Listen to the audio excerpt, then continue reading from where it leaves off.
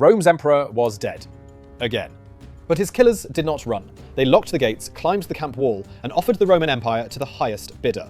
This really happened, and somehow the auction was only the start of the disaster. So how did Rome get here? It began with one emperor telling his guards no. Pertinax had been emperor for only 87 days. Rome's palace guards were used to loose rules and rich rewards, but Pertinax brought back discipline. They wanted prizes, but he gave them orders. So some guards stormed the palace and killed him. One problem gone. New problem. Who rules Rome now? The guards needed an answer fast. The guards could have left the choice to the Senate, but they did not want just any emperor. They wanted one who would pay them. So they picked a simpler plan: sell the job. From the wall, they announced that Rome had an opening. Highest bidder wins. There was only one problem. Almost nobody wanted it. Most rich senators stayed home.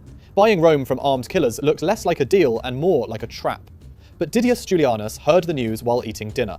His family urged him to go, so he left his meal and hurried to the camp, ready to make the worst purchase in Roman history. But someone else had arrived first. Behind the locked gates, Sulpicianus was already bidding. Guards carried each offer back and forth until Sulpicianus reached 20,000 sesterces for every guard. Julianus did not creep higher. He jumped straight to 25,000. The guards took the bigger offer. Sold. Julianus had just bought the Roman Empire. Now he had to get over the wall. Rome's newest emperor did not enter through a palace gate. The guards hauled him over their wall on a ladder. Then they marched him toward the city beneath a roof of shields, ready for stones from the angry crowd. Julianus had won the auction, but he still needed the Senate, and the guards were coming too. Julianus told the Senate he had come alone. Armed guards stood inside and more waited outside. It was a very free vote.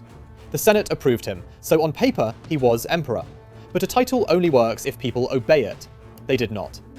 The auction taught every Roman general the same lesson. The throne was open. Septimius Severus had something Julianus did not: a loyal army. So Severus marched on Rome. Julianus ordered the palace guards to defend the emperor they had just sold the throne to. They refused, leaving the buyer with no soldiers. So he made one last offer. Julianus offered Severus half the empire. Severus kept marching. Now the Senate had a choice: the man who bought the throne or the man with the army. It chose the army and changed sides. Julianus lost his title, then his life. He had ruled for 66 days, and the guards were next. The guard thought it had sold an empire. Julianus thought he had bought one. But Rome's power was never sitting on that throne. It was marching toward the city with Severus. He arrived, disarmed the palace guards, and drove them out of Rome. The sellers lost their jobs, the buyer lost his life, and the throne went to the man with the army.